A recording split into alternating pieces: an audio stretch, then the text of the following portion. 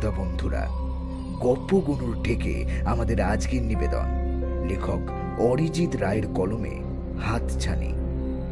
আজকের গল্প পাঠে শুভজিৎ এবং গল্পের সূত্রধার আমি হ্যাপি। শুরু করতে চলেছি আমাদের আজকের গল্প। আজকের সকালটা বেশ ভালোভাবেই শুরু হয়েছে শহরের ব্যস্ততম সরকারি হাসপাতালের খ্যাতনামা ডাক্তার সতীশচন্দ্র মিস্ত্রির। পাখিদের সুমধুর কলতানের শব্দ শুনে ঘুম থেকে উঠে বাড়ির বারান্দায় বসে কাগজ পড়ছিল। তার মাঝেই সুমনা এসে চা দিয়ে গেছে টেবিলে। হঠাৎ বাড়ির বাইরে পিয়নের গলার স্বর শোনা গেল। ডাক্তারবাবু, আপনার জন্য চিঠি আছে। পিয়নের থেকে চিঠি এনে খাম খুলে পড়ে দেখি তাতে আমার বদলির আদেশ এসেছে। এক প্রত্যন্ত গ্রামের প্রাথমিক স্বাস্থ্যকেন্দ্রে যেতে হবে আমাকে দুদিনের মধ্যেই। আজকেই বেরিয়ে পড়তে হবে, না হলে পৌঁছানো যাবে না। তাই তৎক্ষণাৎ সুমনাকে বললাম, আমার বদলি হয়ে গেছে হুগলির এক গ্রামে, আজকেই বেরিয়ে পড়তে হবে আমাকে। তুমি যত তাড়াতাড়ি সম্ভব আমার লাগেজ প্যাক করে দাও। তুমি একা যাবে নাকি?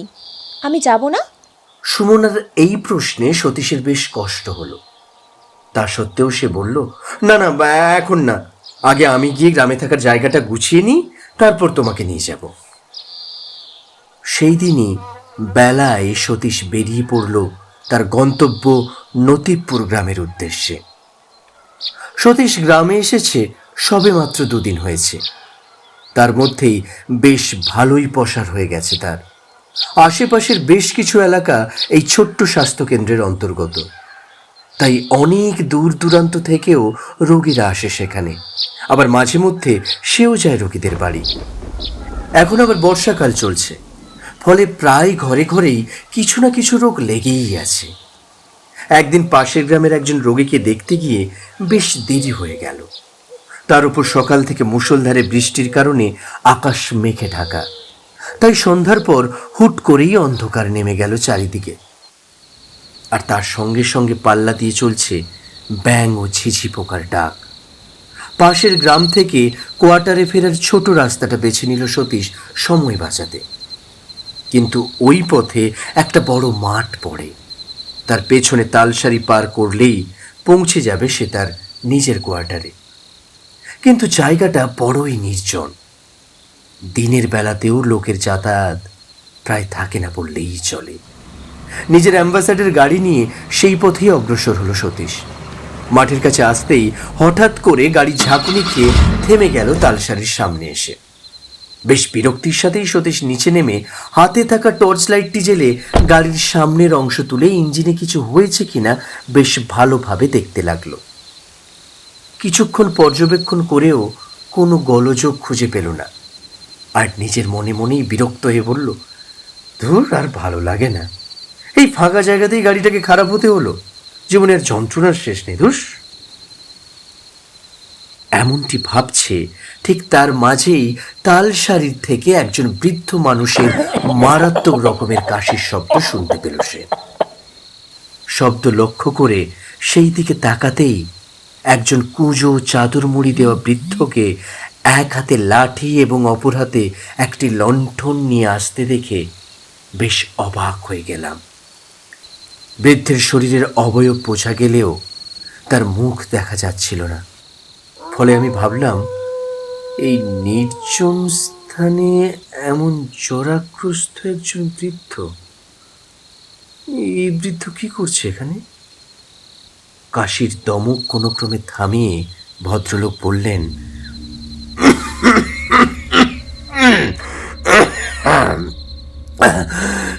ডাক্তারবাবু, ভালোই হলো আপনার সাথে পথেই দেখা হয়ে গেল, না হলে আমাকে কষ্ট করে আপনার ঘরে যেতে হতো। দয়া করে বাবু একটু কষ্ট করে আমার সাথে আমার বাসায় চলুন না।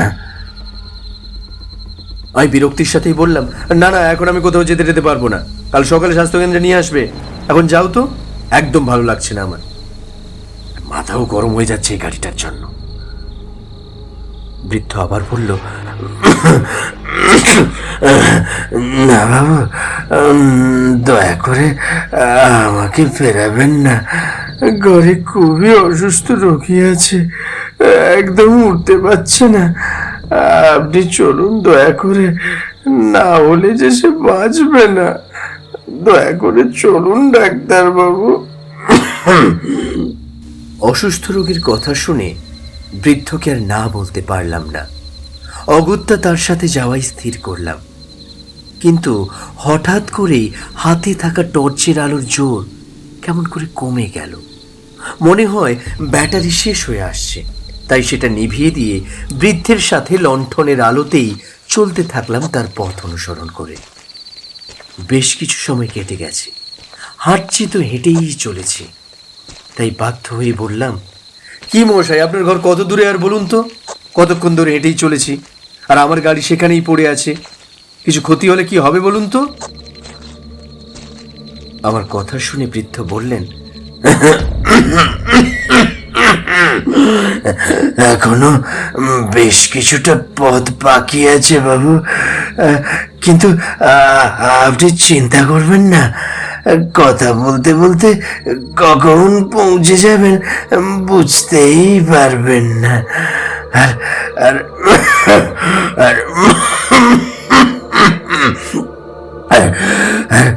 আপনার গাড়ি যেখানে থাকার ঠিক সেখানেই পৌঁছে যাবে।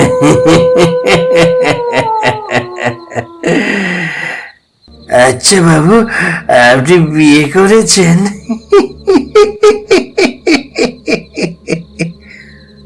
আবার একইভাবে হেসে উঠলেন নিজে থেকেই। আমি বিরক্ত হয়ে ভাবলাম, কি মুশকিল, এই কোন পাগলের পাল্লায় পড়লাম আমি? আদৌ কোনো রোগী আছে তো? বৃদ্ধ আমার মনের কথা বুঝে গিয়ে নিজে থেকেই বললেন,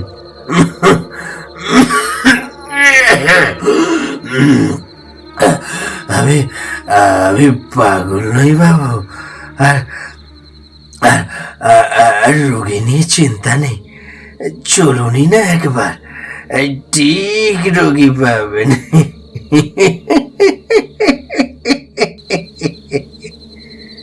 এই বলে আবার সেই বিটকেল হাসি জুড়ে দিলেন। আমি নিজের রাগ সামলাতে না পেরে বললাম, তুমি এইসব ফালতু কথা বন্ধ করে নিজের সম্পর্কে বলো। আমার এই ফালতু কথা একদম ভালো লাগছে না। এরপর বৃদ্ধ বলতে শুরু করলেন,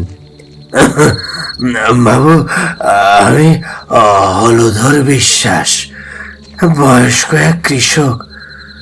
স্ত্রী মারা গেছে এই বছর 5 আগে, আর আর 2 সন্তান শহরে থাকে চাকরি সূত্রে। জানেন বাবু, ছোটবেলায় আমি অত্যন্ত মেধাবী ছাত্র ছিলাম।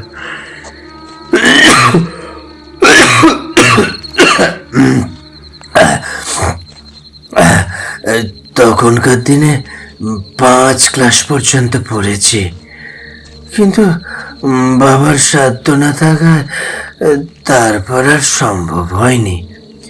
অনেক কষ্ট করে পাশের গ্রামের স্কুলে যেতে হতো। এই কারণে অনেক মেধাবীদের পড়াশোনা ছেড়ে দিতেও দেখেছি। তাই তাই স্বপ্ন ছিল একটাই, যে আমার নামে কিছুটা জমি আছে, সেই জমিতে একটা স্কুল তৈরি করার, যেখানে যেখানে গরিব ঘরের ছেলেরা বিনামূল্যে শিক্ষা অর্জন করতে পারে।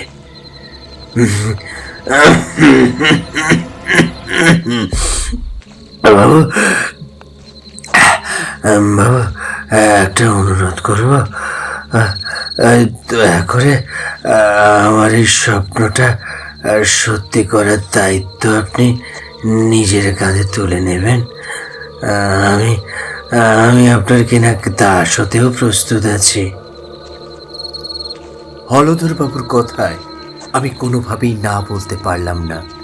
আমি সম্মতি জানালে উনি বললেন, আমার আমার ঘরে একটা বাক্সে জমির কাগজ আছে, আপনি আপনি কাগজগুলো নিজের কাছে রাখবেন। জানেনই তো যে বয়স বয়স 3 কাল পেরিয়ে 1 কালে গিয়ে ঠেকেছে। কবে গিয়ে কিছু হয়ে গেলে ছেলেরা সব বেঁচে দেবে।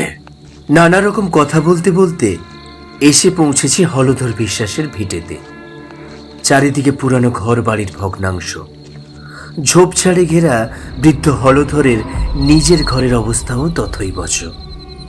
এক সময় এখানে জনমানবের বাস থাকলেও এখনো কেউ থাকতে পারে তা বিশ্বাসযোগ্য নয়। বাবু, আপনি একটু দাঁড়ান বলে আমাকে রেখে ঘরে ঢুকে গেল বৃদ্ধ। কিন্তু বেশ অনেকটা সময় কেটে গেলেও যখন কেউ বাইরে বেরিয়ে এলো না, বাধ্য হয়েই খোলা দরজা দিয়ে ভেতরে প্রবেশ করলাম। ঘরের ভেতর তখন নিকষ কালো অন্ধকার বিরাজ করছে, কিছুতেই দেখা যাচ্ছে না। বাধ্য হয়ে টর্চটা জ্বালানোর পর সামনে একটা ভাঙা লণ্ঠন চোখে পড়লো। তারপর আলো একটু ঘোরাতেই চমকে উঠলাম। একটা খাটিয়ায় শুয়ে আছে একজন, সে আর কেউ নয়, বৃদ্ধ হলধর বিশ্বাস। একটা হাত ধরে নাড়ি দেখতে গিয়ে দেখলাম তার শরীর পুরো ঠান্ডা। সেই শীতলতা শিরা উপশিরার মধ্য দিয়ে প্রবাহিত হয়ে আমাকেও যেন ঠান্ডা করে দিচ্ছে। বৃদ্ধের 2 দিন আগেই মৃত্যু হয়েছে। ভয়ে আমার হাতে টর্চ পড়ে গেল। আমি কোনো মতে ছুটে বেরিয়ে এলাম ঘরের ভেতর থেকে হাঁপাতে হাঁপাতে। আর তখনই গোটা আকাশ কাঁপি ভেসে এলো।